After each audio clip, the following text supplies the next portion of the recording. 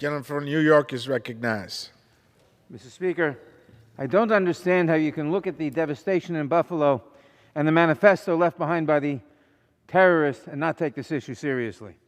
I now yield 3 minutes to the distinguished gentleman from South Carolina, the whip, Mr. Clyburn.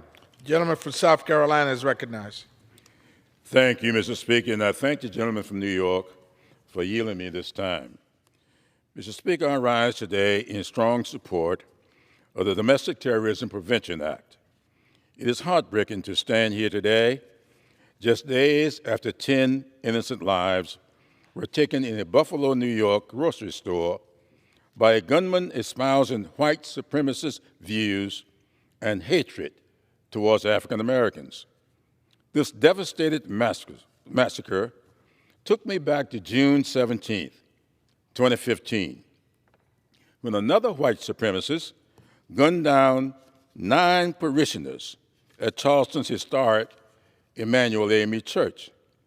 In the intervening years, we have witnessed far too many other acts of domestic terrorism, from a counter-protest in Charlottesville, Virginia, to a synagogue in Pittsburgh, Pennsylvania, to a Walmart in El Paso, Texas, to a Sikh temple in Oak Creek, Wisconsin, and an Asian-owned nail salon in Atlanta, Georgia. All told, over 200 mass shootings this year. To be sure, all of these shootings have not been racially motivated or motivated by hate, but all of them share one thing in common.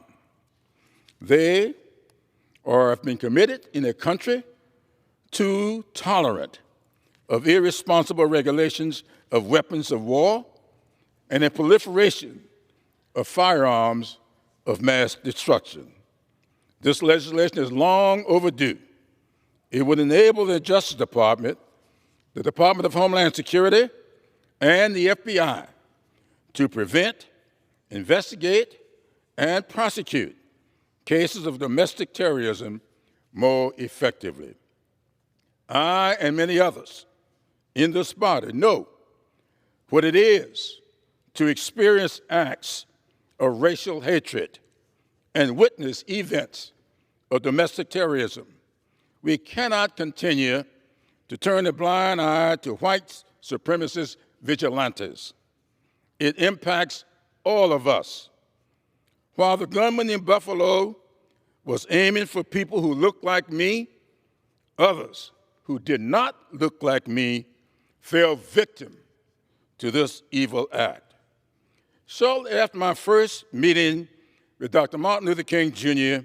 back in 1960, I met with one of my professors, Mrs. Rosa Harris, to share the Saul to Paul transformation I was experiencing.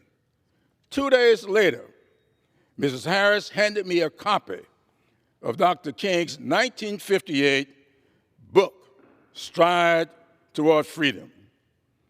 Speaker, I yield the gentleman an additional 30 seconds. The gentleman is recognized. To share one passage from that book, I quote, "True peace is not merely the absence of tension, it is the presence of justice." Mr. Speaker, this legislation will provide federal agencies with necessary tools to ensure that peace and justice prevail. I urge a yes vote from all members of this august body and yield back the balance of my time.